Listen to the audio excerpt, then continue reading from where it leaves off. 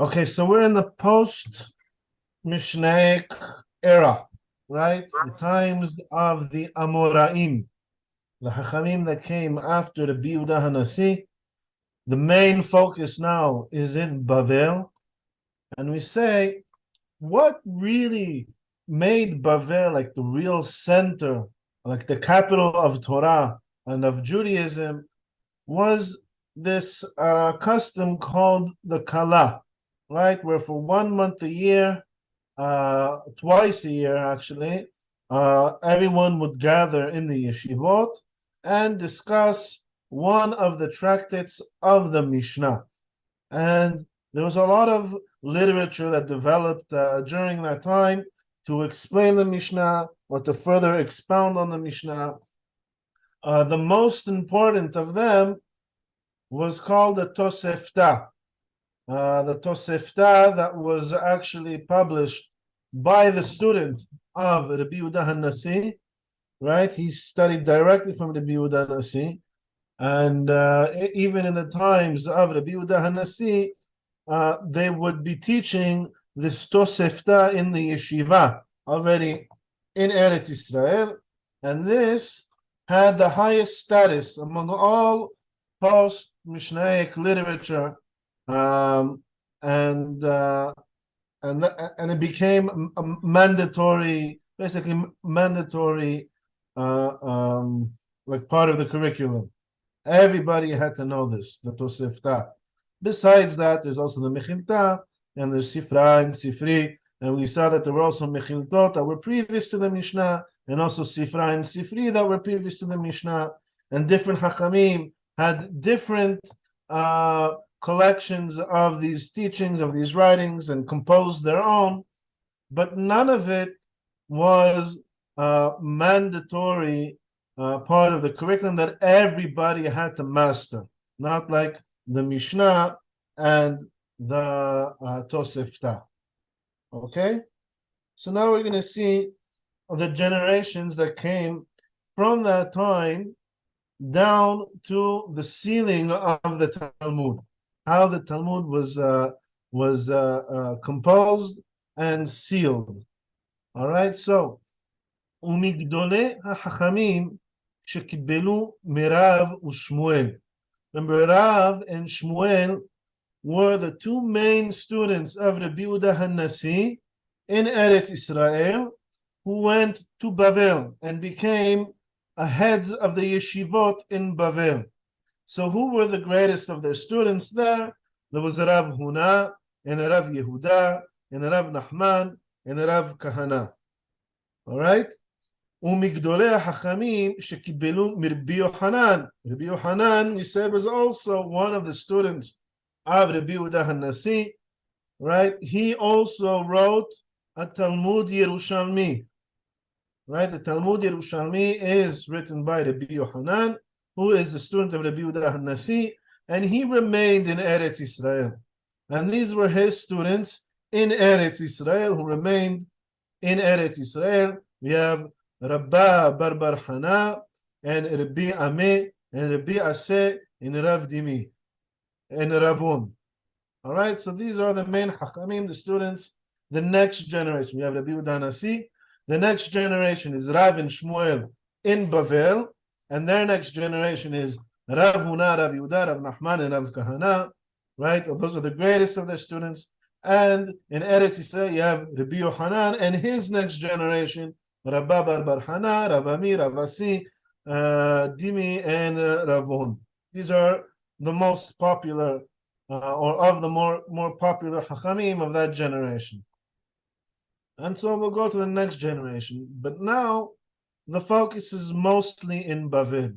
ומכלל החכמים שקיבלו מרב הונא ורב יהודה, right, the students of Rav and Shemuel, is Rabbah and Rav Yosef.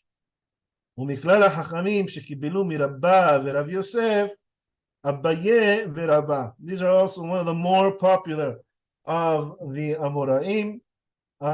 So they received from Rabbah and Rav Yosef, who received from Rav Huna and Rav Kahana, and Rav Yehuda, who received from Rav and Shmuel, who received Torah from Rabbi Yehuda Hanasi. And they also received Torah, Abayin and Rava, they also received from Rav Nachman. All right, Rav Nachman is a previous generation. So they received both from the student of Rav Huna and Rav Yehuda, and also from someone of the same generation, Rav Nachman. They received from both generations. ומכלל החכמים שקיבלו מרבה רב אשה ורבינה. All right, and these are the last of the Chachamim of the Talmud. This is the last generation already. Rav Ashe and Ravina. You may have heard this name a lot, Ravina and Rav Ashe. Most people pronounce it Rav Ashi. The Sephardi pronunciation is Rav Ashe, and there's also a lot of proof that that's the correct pronunciation. If you look at old poems, Maimonides has one. He has a passage in a letter that he wrote to the Jews in Yemen, right? Igeret Teman. He says, "Kol haholchim betorat Moshe," all those following the Torah of Moshe Rabbeinu, right? B'derech asher hora Rav Ashe, in the way that Rav Ashe instructed. So Rav Ashe needs to rhyme with Moshe, and that only works with the Sephardi pronunciation. And even in the Talmud, it says Sof Hora'ah Ravina Rav Ashe, right? The end of Hora'ah of instruction ends with Ravina Rav Ashe, and it says V'simanach, and this is a sign for you, and it brings a pasuk that's meant to rhyme with both of these names. It says Ki avo el migdeshe el avina naharitam. So el avina is supposed to rhyme with the Ravina, and migdeshe is meant to rhyme with the Rav Ashe. So it only works with that proper pronunciation. All right, so anyways, Ravina and Rav Ashe, or most people you'll hear say Rav Ashi instead of Rav Ashe, they are the last generation of Chachamim who are mentioned in the Talmud. Mor ba Rav Ashe, right? And also someone known as Mor. Mor is like Rav, like the master who is the son of Rav Ashe. He received from his father, Rav Ashe, and also from Ravina. All right, so these are the generations, a few generations between the Mishnah and the Talmud. Rav Ashe and Ravina are the closers of the Talmud. But what is the Talmud? Right, so in the Mishnah, in Masechet Avot, in Pirkei Avot, it says Ben Hamesh Lamikra, right? From 5 years of age, you need to be studying Torah Shebichtav, right? And then it says Ben Eser Mishnah, and at the age of 10, you should be studying the Mishnah. Uben Hamesh Esrei Talmud, and at 15, you should study Talmud. But the Mishnah, there is no Talmud existent in the times of the Mishnah. So how could they say study Talmud at the age of 15? The Talmud isn't going to be written for another few hundred years. So what are they talking about?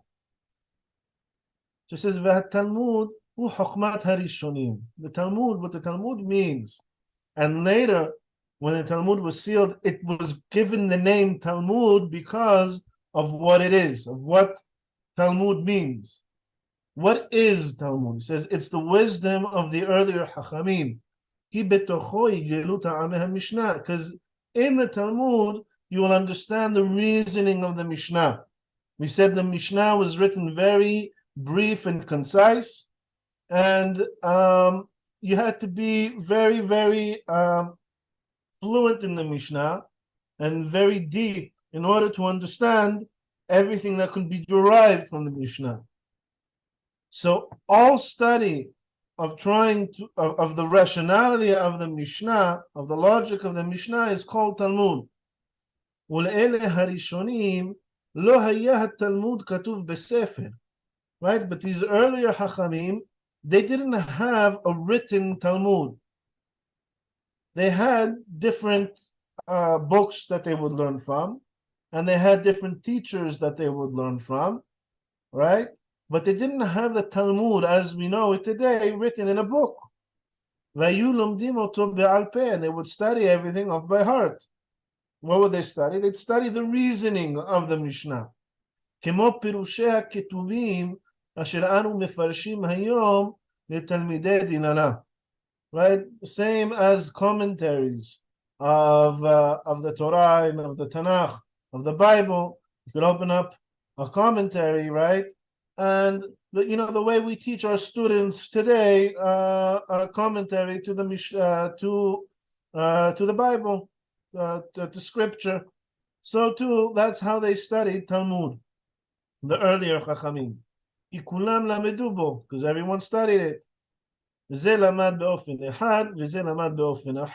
Right? One teacher would learn and teach in one way, and another in a different way. And that's how they would all explain to their students the Mishnah.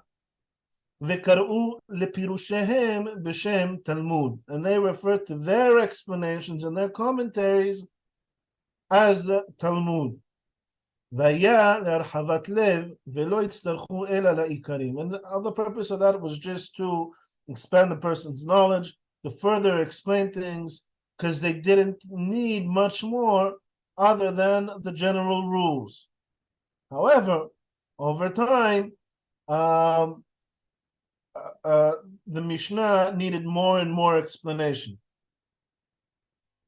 And here we see there's another halacha in the Mishnah Torah. It says, "V'chayav l'shaleh et zman lemidato." A person needs to divide his studying into 3. Right? So if you can spend 9 hours a day studying Torah, so 3 hours he's going to be studying shlish, b'Torah shebichtav, study scripture, right? Parashat Shavua, the five books of Moses, study also Tanakh, Sefer Yoshua, Sefer Shofetim, all the books in the Bible, in the Tanakh. That's the first third of your of what you study. And the second third, v'shlish b'Torah shebe'al peh, right? In the second third, you learn halachot, Torah shebe'al peh. How do you actually practice the mitzvot? And the third part, v'shlish, right, which is most commonly referred to as shlish but Talmud. So the Rambam first explains what this is that we call Talmud. Ushlish yavin v'yaskil aharit davar mereshito. Right. So first you have scripture, and then you have halachot, and then the Rambam is saying with the third section of your study, you should be trying to compare different halachot. Try to understand what's the reasoning behind the halacha. V'yosi davar min davar v'idme davar ledavar. He says you have to learn how to extract halacha like from scripture, right? So first you study scripture, and then you study halacha, and then you try to connect between the two. How does this halacha come out of scripture, right? So how do we do that? We saw that the Chachamim, they use the 13 midot to connect them. All right? V'yadun b'midot she'atorah nidreshet bahen ad she'yideh he'ach hu ikar hamidot. And he should try to apply using the midot, the gezer hashava, klal uprat, right? To see how halacha could be derived from scripture, and try to compare between the different pesukim and the different halachot. And how could he on his own extract the asur and the mutar, right? Figure out if there's a new case, should it be asur, right? Should it be forbidden, or should it be permitted? Right? And these are all settled halachot. But he's telling you what you should do with the third part, right? The last 3 hours of your study. If you're studying 3 hours a day, first hour scripture, second hour you're studying halachot, and the third hour is you're trying to connect things and to make sense of things and to understand the rationality behind the halachot, right? And these are halachot that are already settled. not new halachot, but it's a good exercise for like, okay, and how about in this case? And how about if this, and then you try going to like extreme cases. And this is exactly what the Talmud does. It brings extreme cases. It's sometimes they're like unimaginable case. In reality, they'd never happen. But why do they bring it? As an exercise. Well, what would you say in this case? All right. Is it kasher or is it tarif? Is it asur? Is it mutar? Is it tameh or is it tahor? And then people try to suggest reasoning behind why they would say it's either kasher or not. It says ve'inyan zeh, right? And this, the third part, where you try to go deeper into halacha and connect it to the Torah shebichtav. This is what we refer to as Talmud, right? So this is what Talmud was before the Talmud was written, and the summary of all those teachings and discussions, when it was eventually written down in a book and published, is what we refer to today as the Talmud, or the Babylonian Talmud. All right, so we're going to go back to Rav Shirira Gaon. V'cha'asher nishlema ha-Mishna, right? And when the Mishnah was completed, the Rebbe met, right? And the Rabbi Yehuda HaNasi, the composer of the Mishnah, passed away. Nitma'ata tebunatam v'nitztarchu lelaket at-Talmud u'lelammedehu. Right? So wisdom dwindled slowly. So there's a lot of persecutions in Eretz Yisrael after the times of Rabbi Yehuda HaNasi, right? And so it was much more difficult to go deeper into study. And so slowly, wisdom in general was fading away. And so the later generations, they needed more and more explanation.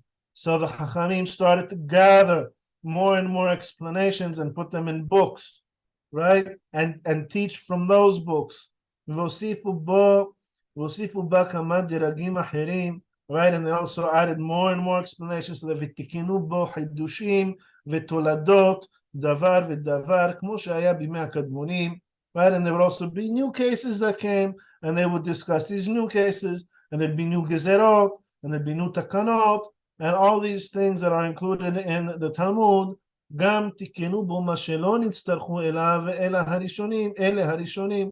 And they also added more explanations that the previous generations didn't need, right? So the student of Rabbi Yehuda HaNasi, who wrote the Tosefta, and his other students who wrote the Talmud Yerushalmi, and other students who wrote the Mechilta and the Sifra and the Sifre, right? They didn't need as much explanation. And their students were able to understand from the Tosefta and the Sifra and the Sifre all the reasoning of the Mishnah. But the later generations needed further explanation. They didn't understand the Tosefta and they didn't understand the Sifra. So they needed someone to explain it more, right? Kemo pirushei devarim amukim, right? Like the explanation of deep things in the Mishnah.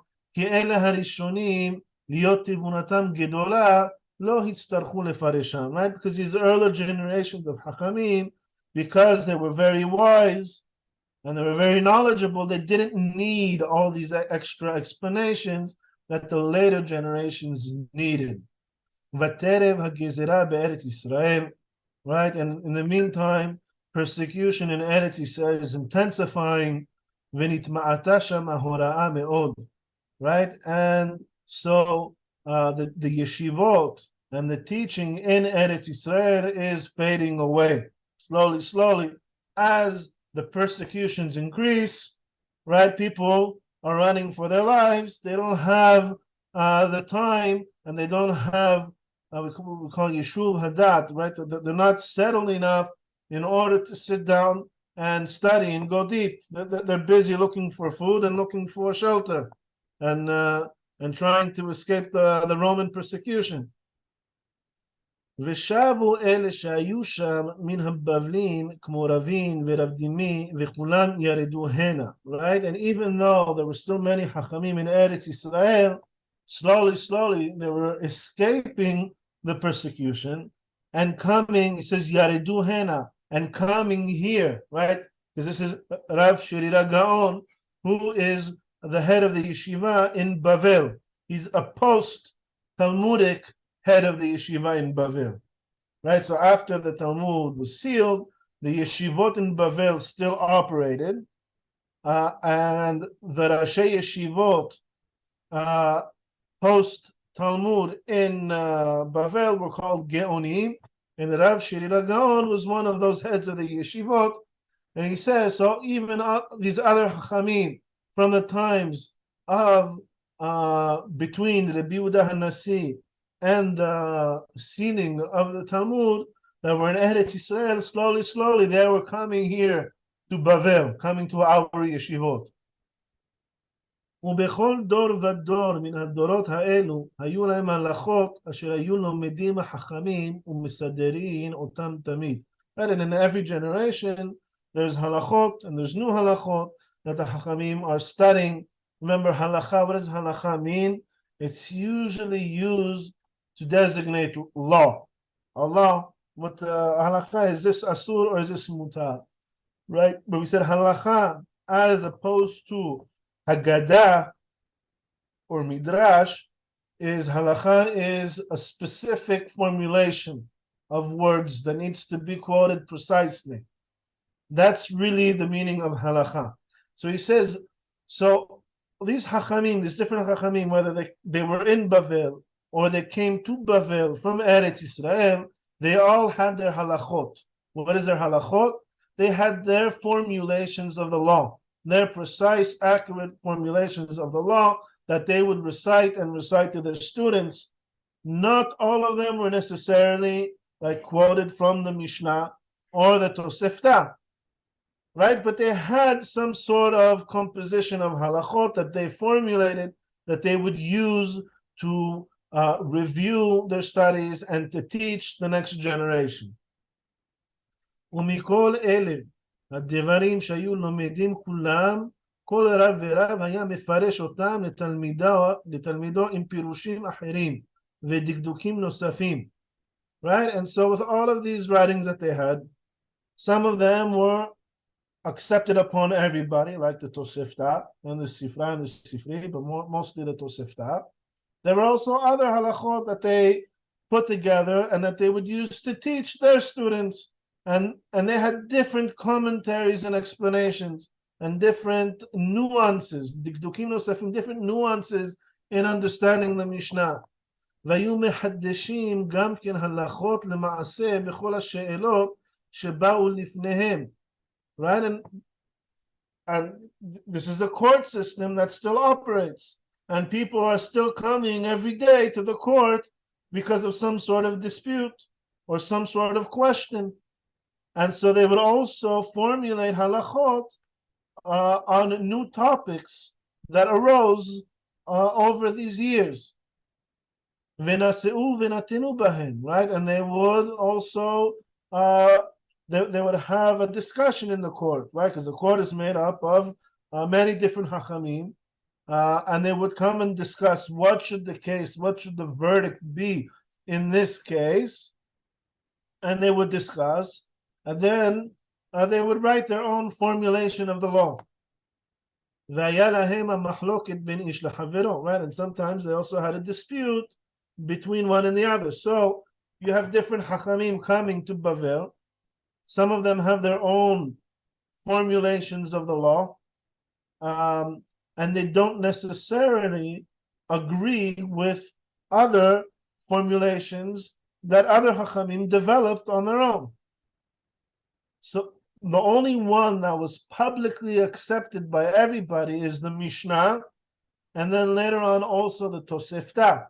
But anything else that developed, you could the Chachamim in those times could discuss and try to persuade the others to accept and try to prove their point, but they weren't they didn't obligate everybody else. It was their formulations of halachot, right? It wasn't necessarily accepted by everybody else. ובבוא דור אחר right? And when a new generation came, nitma'ata chokma od, right? Wisdom dwindled even more, was fading away even more. Ve'elu haddevarim asher nitbareru le'ele harishonim ve'asher pireshum letalmidehem, right? והבינו כי יש בהם ספקות וצריכים לקבוע אותם בגרסה. אמרום בישיבות וקבעם בגמרא.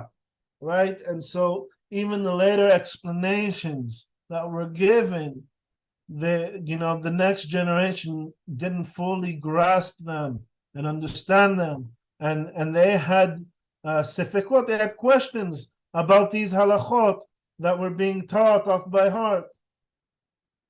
So the Hachamim saw that they need to be written down. Right? They need to have some sort of publicly accessible book where everybody could come and read all of these halachot and these discussions. And these were all mentioned, right? The discussions that took place, Amoraim yeshivot, that took place in the yeshivot in Bavel, and these are what were set or sealed in the Talmud, וכבעם בגמרא, וכל החכמים למדו אותם. And all of the Chachamim studied this afterwards. לפי זה גדלה ההוראה דור אחר דור עד רבינה, right? And then how do you call it? After one generation after the other, they had a basis, a common grounds to discuss things. And then, if before then wisdom was fading away, now it's intensifying one generation after the other. Because in Bavel, right, back in Babylon, it's relatively peaceful for the Jews at this time. Ve'achar ravina nifseka, right? So this went on one generation after another until the times of Ravina. We saw Ravina and Rav Asher. They were the end of the Hachamim of the Talmud, and this was a nifseka, meaning it was set, it was stamped, and it was settled. כמו שהבין שמואל יריחנה בספרו של אדם הראשון, right? So this guy Shemuel Yerichana wrote a book called Sefer Adam Harishon, and in that book he wrote שהיה כתוב בו רב אשר ורבינה סוף הוראה, right? The end of instruction. Instruction means instruction to everybody, what obligates the entire nation, right? This ended with Ravina and Rav Asher. And it's also mentioned specifically in the Talmud. The Talmud says, Hora'ah, instruction, ends with Ravina and Rav Asher. וכל מי שעמד אחריו, and everyone who came after Ravina and Rav Asher, ואחרי אותה חבורה נכבדה, and after this great assembly of people, לא הייתה מטרתו אלא להבין דברי המשנה. Right? Sorry, we're going back a bit. It says, their only purpose was to explain the Mishnah. ולא חדלו דור אחר דור מלעיין בה ולפרשה. Right, in every generation they would explain more of the Mishnah. כל חכם לפי ידיעתו והבנתו. Every חכם according to his understanding and his knowledge. ונחלקו במשך השנים בפירוש מקצת הלכות שבה. Right, and over the generations, they would have different disputes between the Hachamim of how to explain certain halachot that are in the Mishnah. ולא היה דור שלא עיין בה וחידש ממנה. And there wasn't one generation that didn't have something new to say about the Mishnah. So a new hidush, a new nuance to further explain what the Mishnah is referring to. וחידש ממנה חידושים ולימד ממנה לימודים עד שהגיע הזמן, right until we reach the times of Ravina and Rav Asher, שהם סוף חכמי התלמוד. Right until we reach the times of Ravina and Rav Asher. I mean, I'm repeating what we did before. Before I was quoting Rav Shirira Gaon, and here I'm quoting Maimonides in his explanations, commentary to the Mishnah. This is his introduction to his commentary to the Mishnah. We see everyone is saying the same thing. Also, Sefer Kabbalah, says the exact same thing. Umimod Rabbeinu HaKadosh, and Rav Asher, right from the times of Rabbeinu HaKadosh, the composer of the Mishnah, until we reach Rav Asher, right, the generation that sealed the Talmud, Lo masinu Torah v'Hasidut v'anava u'gdula b'makom echad. Right, we didn't find all these great virtues of Hasidut, of humility, of knowledge of Torah in one place. Remember, we said the same thing about Rabbeinu HaKadosh, comparing him to Moshe Rabbeinu. And there's also another comparison between Moshe Rabbeinu and Maimonides himself. It's a way they like to say when there's a really significant Chacham, right, who excels in many of these things, they always compare him to someone else previously who was a key figure in our tradition, who also excelled in these different virtues, such as knowledge of Torah, Hasidut, right? He was very kind. He did a lot of Hesed with other people. Ve'anava, he was very humble. Ugdula, he was also very rich and very high social status, right? So Rabbeinu HaKadosh had all of this. Rav Asher also had all of this, and he was the head of the yeshiva at the time in Bavel. Bimei Rav Papa, right? So now, when the days of Rav Papa, so same as Rav Asher and Rav Yina, so the times of Rav Papa, the year 4127, Haya Rav Asher Rosh Yeshiva Besura Shishim Shana. Right, so Rav Asher, he was the head of the yeshiva. He was the president of the main court in Bavel for 60 years. So he had a very long reign as president of the court, basically functioning as president of the Jewish people. V'niftar Rav Asher shenadad daled alafim kuf pezayin, and he passed away in the year 4187. So this is about 1500 years ago. Ishna tashlach leminyan shtarot, והוא החל לכתוב את התלמוד ולא הספיק לסיימו. And he started this whole project of writing up the Talmud. However, he didn't complete it. This project, he passed away before he could complete recording the entire Talmud. And how did he do this? How did he record the Talmud? Right, so he was the head of the yeshiva for 60 years. So what is going on during these 60 years that he is president of the yeshiva? Can anybody guess? Can anybody suggest what was going on at this time?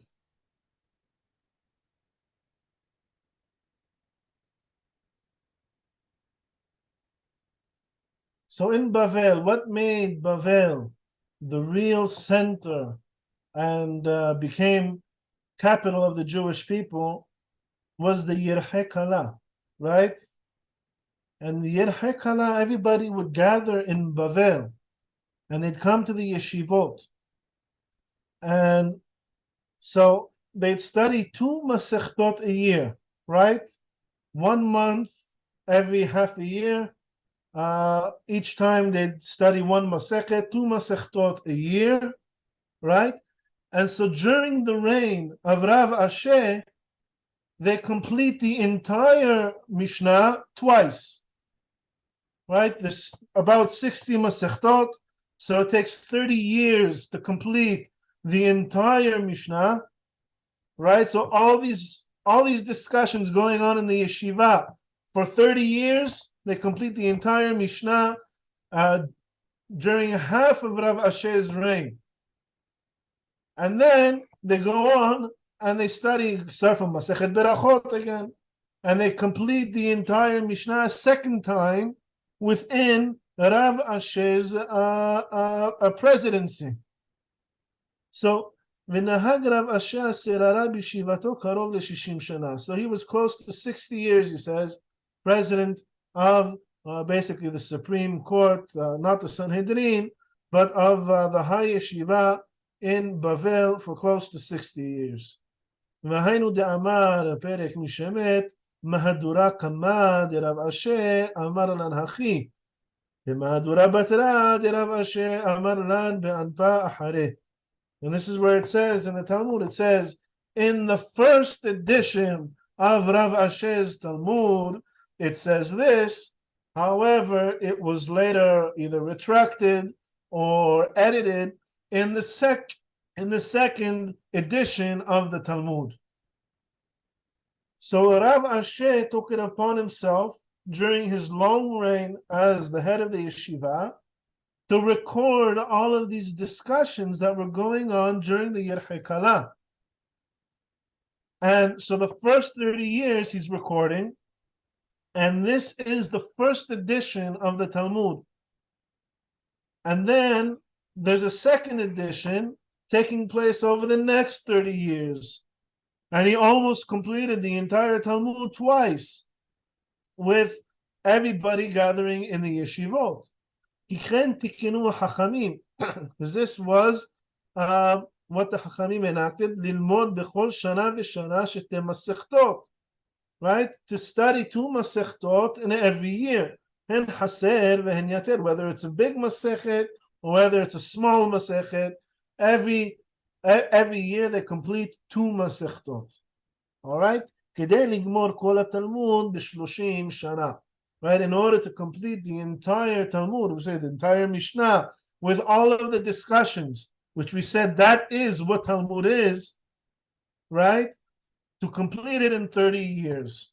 Over here, he's not really going into details of how that happened, but we already learned that this happened over the course of the Yerchei Kala, right? So this was in order to complete the entire Talmud in 30 years. וכיוון דרב אשה מלך קרוב ל-60 שנה, and since he reigned and he was president for close to 60 years, על כן היו שתי המהדורות האלה. So therefore there are 2 editions of the Talmud. Right? Today there's no real 2 editions, first edition and second edition of the Talmud. We just have the Talmud. We have the Talmud and we have certain things that the Chachamim later say were either edited or retracted from the first edition. We have the final Talmud. Vehu met b'shnat hashlach, right? And he passed away in the year Tafshin Lamed Het, right? As we saw before. U'barevi'i b'Shabbat, shehu Yud Gimel Kislev, Shnat Tatya met Rabbana Avina Bered Rav Huna. Right? And in on a Wednesday, the 13th of Kislev, in the year Taftaf Yud Aleph, Ravina, right? His full name is Ravana Avina, the son of Rav Huna, right? Who is Ravina? He is the other Hacham, president of the other yeshiva in the times of Rav Ashe. He also passed away. Vehu Ravina, vehu sof hora'ah. And this is the end of what they call instruction. What does that mean, instruction? It means nobody else coming after Ravina and Rav Ashe have the authority to pass an instruction, enact a new law that obligates the entire nation. Only everything that was sealed in the Talmud. ובימיו מלך הרב יוסף, ובימיו סוף הוראה ונגמר התלמוד.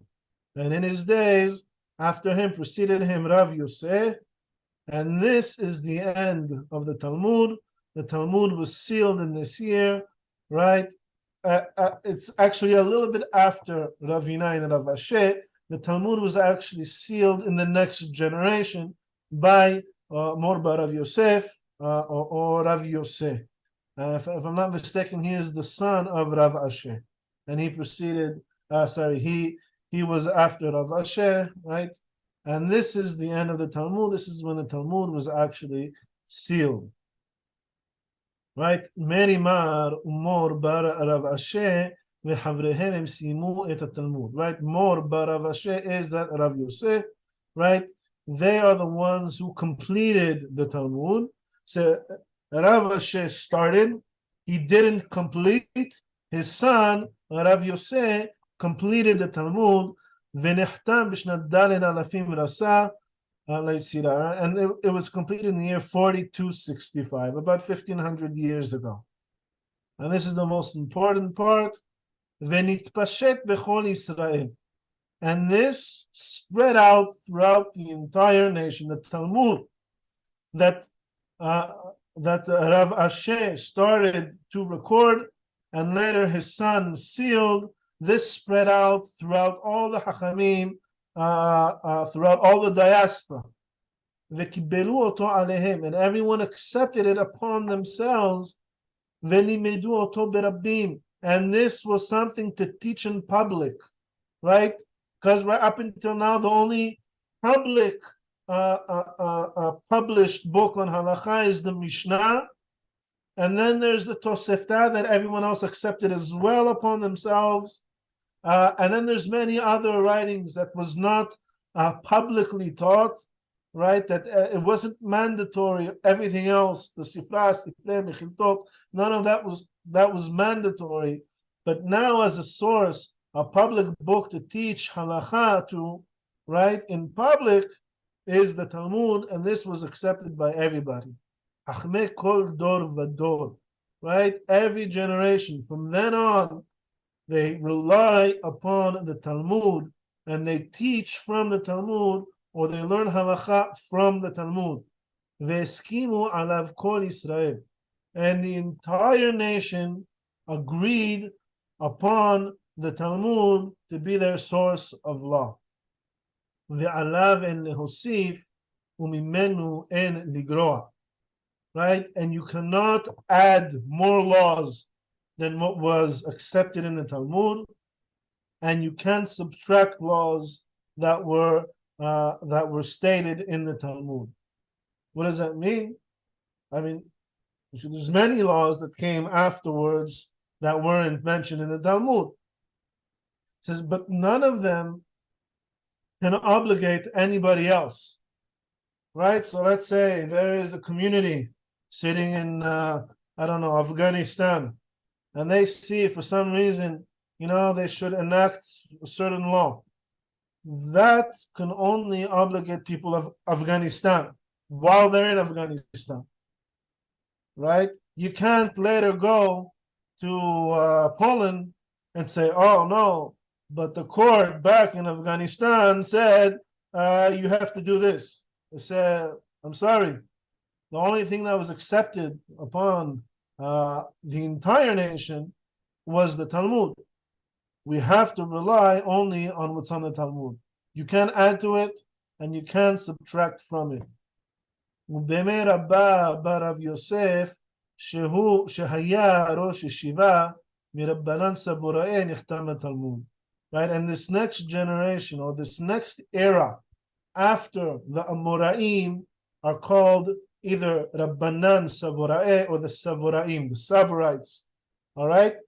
In this first generation of the Hachamim that are post-Talmudic, right, you have Rav Yosef, who was the head of the yeshiva. This is when the Talmud was sealed. וכמו 80 שנה היו משהתחילו רב אשר וחיבר אותו עד שנחתם. Right, and it took about 80 years to finalize the Talmud from when Rav Asher, his father, started to record it until it was finally sealed after he passed away in the days of his son Rav Yosef.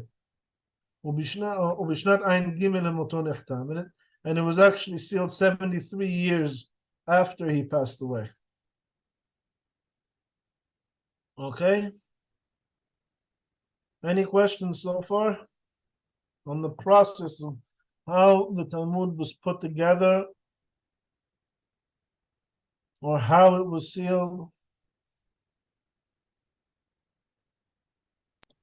I have just a simple question because I'm not up to the heights. Talmud, if you translate it, what would be the word in English? Talmid is the pupil, I think. Right, Talmid is pupil. Limud is learning. Talmud is Uh-huh. like the learnings or the teachings. That's really what it would mean. Uh-huh. The teachings like a doctrine or whatever. Yeah, I suppose. I suppose. Okay. Thank you. But what it means in essence is the study of the Mishnah. Because the Talmud itself is also built around the Mishnah. Because what happened is they had the Mishnah, which everyone accepted upon themselves already, right? And so now this is what everyone is studying. And then they gather in the yeshivot and they have these discussions on the Mishnah. And they bring the different hachamim will quote different writings in order to prove their point. And so the Talmud includes all of these as well. It'll quote the Sifra, it'll quote the Sifrei, it'll quote the Mechilta, it'll quote the Tosefta, and it'll have the discussions between them.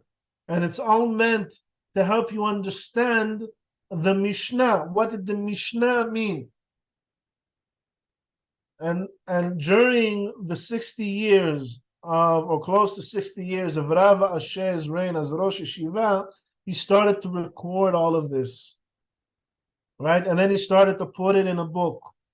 But he passed away before he could complete the project. So his son continued the project, and he sealed off the Talmud, the next generation after Ravina and Rav Asher. And Ravina and Rav Asher are important figures to remember, right? Because same way that, we have Rabbi Yehuda Hanasi, who sealed off the Mishnah, right? Ravina and Rav Asher, even though it was really after Rav Asher when the Talmud was sealed, it's really associated with Ravina and Rav Asher, that they were the last generation of the Talmud. Okay. Yeah, and the son of Rav Ashi was Marbar. Right, Was more this about one? Uh-huh, okay. Thank you. I have here one thing that helps me. Okay. Sami, Yes. you said that you said that there should be no addition and subtraction of the laws. What about the minhag? Aren't this considered addition to the laws? Right. So we'll get into the status and the authority of anything that came after the Talmud soon. But in one sentence, the only thing that is obligatory on everybody is what's in the Talmud. That and now that so many years have passed since then, right? So let's say, during our past, let's say, 1,500 years, right? Different communities grew, and they were pretty much, maybe they had some sort of relation with other communities. Maybe they didn't. Maybe they were kind of secluded. Maybe they were kind of independent, and so they developed their own customs, all right, and maybe also their own understanding of the Talmud. And maybe they permitted certain things that others didn't. Maybe they forbade certain things that others permitted. And now what happens is, so many years later, all these different communities have many, many different customs. But we all come back to one place, right? We have now, close to 6 million people living in Eretz Yisrael, or 8 million people living in Eretz Yisrael. Like 6 million of us are Jews, right? Everybody has a different custom. So what do? And the customs that developed in the different communities, they're relevant for those communities, right? But if something developed in Poland, we're no longer in Poland. The jurisdiction of the Polish court, Jewish court in Poland, doesn't apply here in Eretz Yisrael. What does apply? There's one thing that applies to everybody. and that is the Talmud. All right. Up to what generation of sages is Talmud? Up to acronym? Rishonim acronym? No, this is before the Rishonim. Yeah, this is before, but up to what generation of sages is Talmud? Okay, so you have the generation of the Tanaim. The Tanaim ends with the Mishnah. And Everything after that is Amoraim. And that ends with the Talmud. After that, you have a short period, a few generations. It's called Saboraim. Right? And then it moves on to Geonim. And then it moves on to Rishonim. When you hear Rishonim, that's post Talmud. Can. And then you have the Acharonim. I don't even think that today we're considered Acharonim anymore. I think Acharonim ended in 1948. And now we have a new era. It's a completely new era. Okay. So this 1948, let's say acronym sage that ended, they're not included in the Talmud anymore. It ended in No. Saboraim. Even the Rishonim aren't included in the Talmud Not anymore. even included. Okay. Even everybody quoted in this book, Maimonides, Igeret, Rav, Shirira, Gaon, these are all after the Talmud. Okay. So what comes after them are as midrashim? How are the rabbinic literatures? How do we define them if it's not included in the Talmud? Just rabbinic literatures? Yeah, just rabbinic literature, post-Talmudic literature. What is their status? They have no real legally binding status. It's good for further to help you further understand, or maybe like a commentary to the Talmud. Same way that all the other literature that developed between the Mishnah and the Talmud was a commentary to the Mishnah until it was sealed in the Talmud. But right now there is nothing that obligates anybody post-Talmud.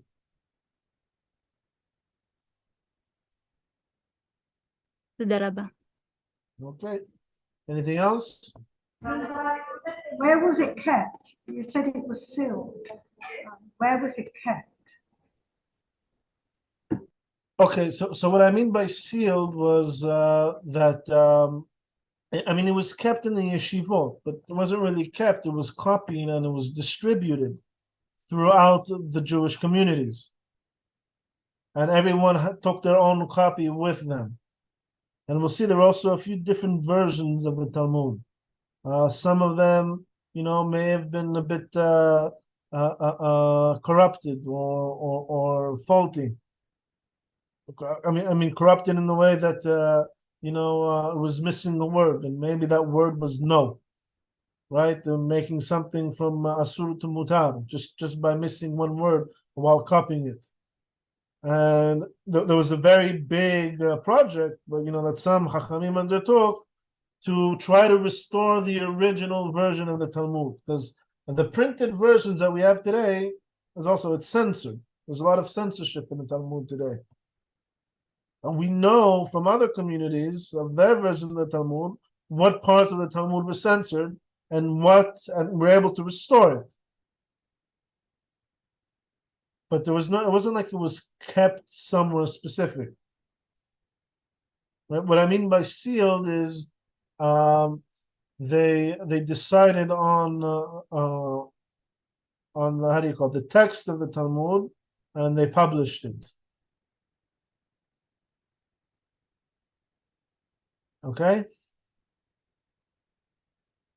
So nimtza mirav asher ad Moshe Rabbeinu. Can I ask you a question? Yes. Of course. So two questions. Why is there censoring in the Talmud? And the second question, what reason did they have for closing or sealing the Talmud? Why weren't there any additional work being done in the Babylonian Talmud? What was the reasoning for sealing it? Two good questions. The first one is not that the Talmud itself censored itself, right? The censoring of course, was done of course. by the church. So The any Christian reference church? to Christianity was wiped out of the Talmud. For instance, as Masechet Avodah Zarah, right, talks about pagan practices. According to Judaism, Christianity is pagan. Yeah. Okay, so there's a passage in the Talmud that says, there's a law that says you're not allowed to do business with pagans on their holiday. All Okay. right. You're also not allowed to do business with them 3 days before their holiday. And according to the Ishmael, in Eretz Israel, in the land of Israel, you're not allowed to do business with pagans on their holiday 3 days prior to their holiday and 3 days after their holiday, meaning for an entire week. Okay? Is that because you might add to their holiday? All To sorts of their reasons, idol worship? because or if you repay a loan and they go and they bless their gods and thank them, or if you do a good deal with them, they're going to be praying for the success of the deal to their pagan gods. All sorts of that kind of reasoning. Now, there's a passage in the Talmud that says Christians are pagan, and Sunday is their holiday. So what does that mean? You can't do business with Christians on Sunday, and in Eretz Israel, you can't do it on Saturday, right? Friday and Thursday, 3 days prior, or on Monday, Tuesday, and Wednesday, 3 days after. No. Obviously, the Christians didn't like this. No. So they wiped it out.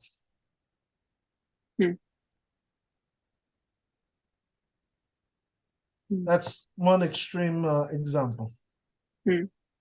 Is that a practice that will like come back, that you will not do business with an idol worshiper? Like on their day of holiday and then 3 days before and after. So really, you shouldn't be doing business with Christians on Sundays.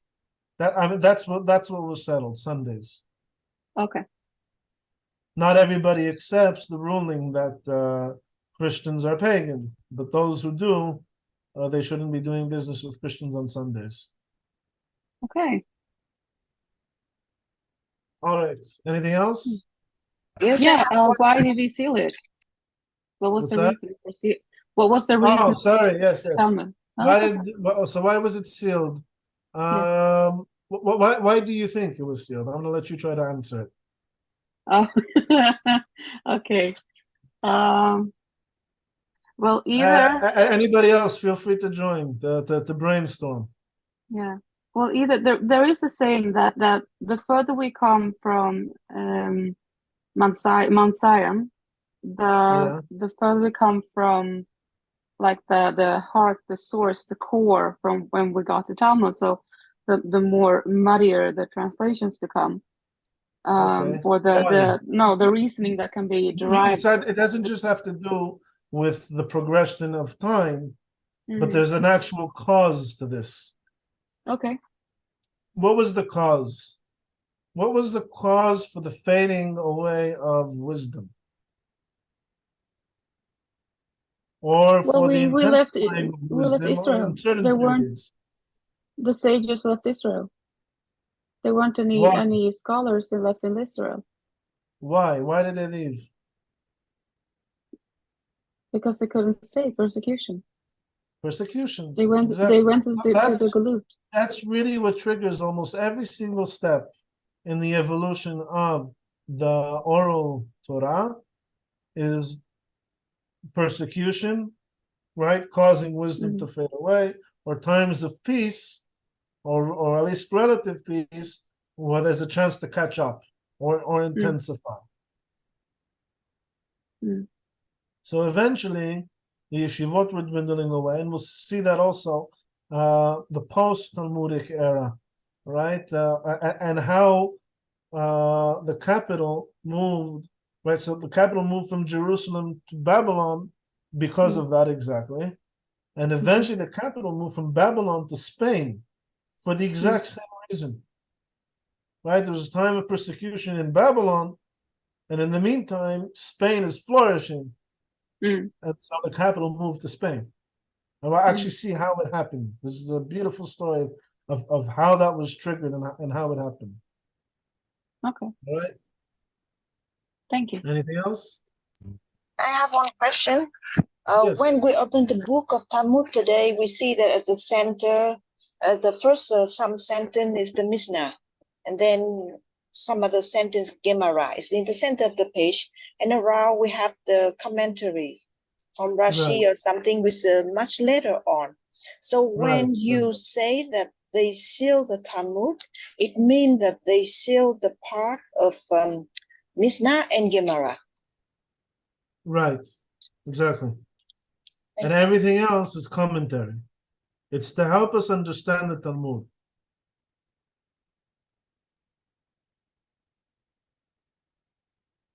But we have this one last bit here. So now Maimonides is just going to summarize for us the generations that passed from receiving the Torah, right, till it was sealed off in the Talmud, the oral law.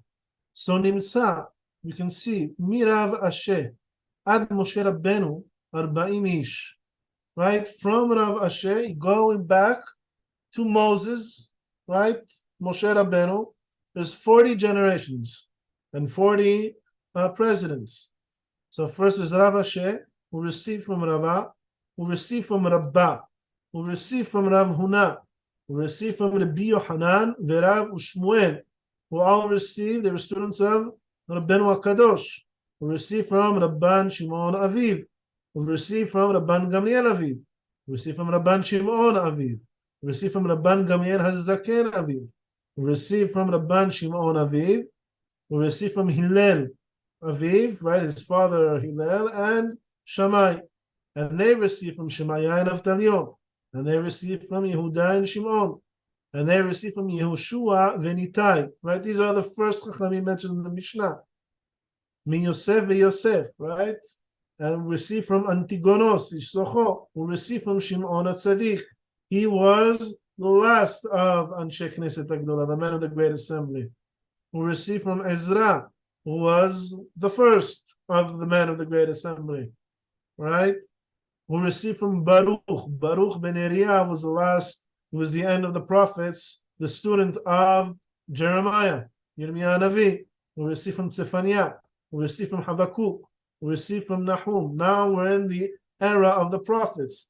Who received from Yoel, who received from Micha, who received from Yeshaya, who received from Amos, who received from Hosea, who received from Zechariah, who received from Yehoiada, who received from Elisha, who received from Eliyahu Navi, who received from Ahya Shiloni, who received from David, right, King David, who received the tradition from Shemuel Navi, who received this tradition from Eli, who received from Pinchas, and Pinchas received from Yehoshua, and Yehoshua received from Moshe Rabbeinu.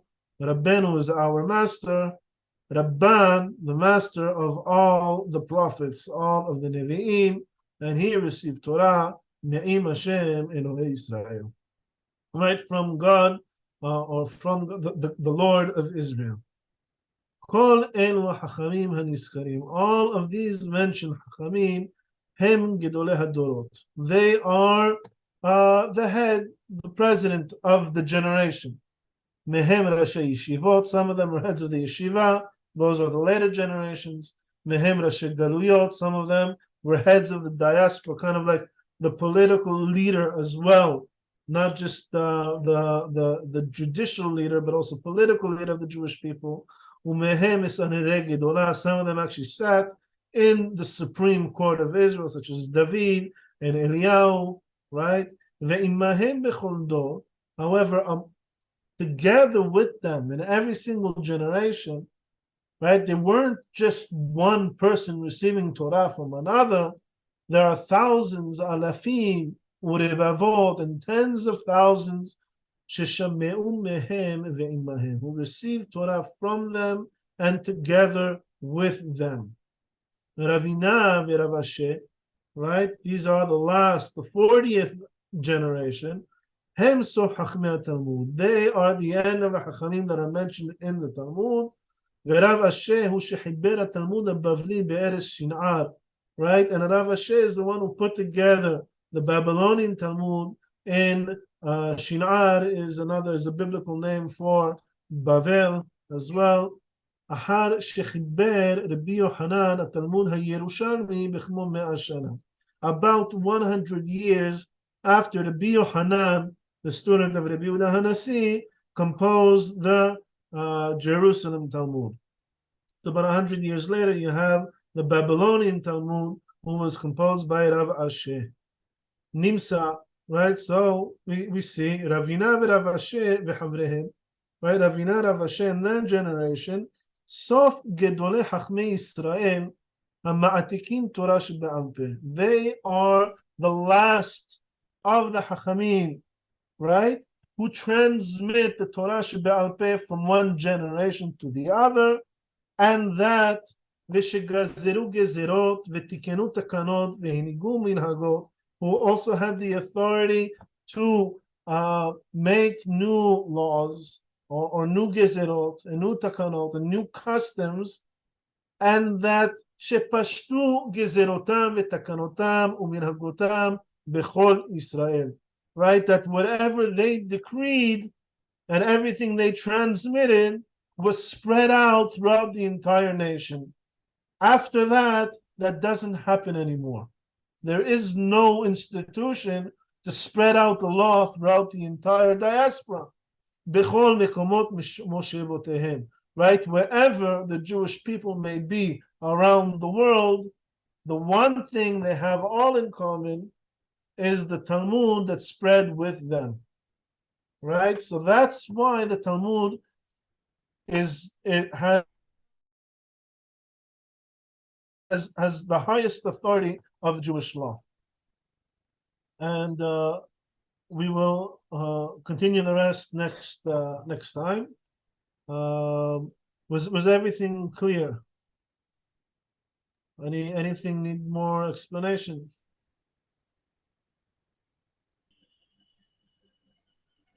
Okay, the one key to remember always, and this is probably the one general rule that repeats itself throughout the entire evolution. What makes something legally binding in Jewish law is that it was, first of all, accepted on the public, and second, that it was able to spread out to everybody.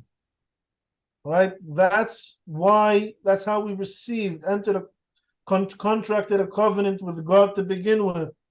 All right? That's how the Mishnah was accepted, because everyone accepted it upon themselves and made it mandatory, and everyone studied that, and it spread out with everyone. And that's also how the Talmud spread out. It was accepted by all the Chachamim, and it was spread out. Once something can't spread out anymore, right? And this is going back to Michaela's question, is why the Talmud was sealed, even though in Bavel, by the way, there was still relative peace in that time.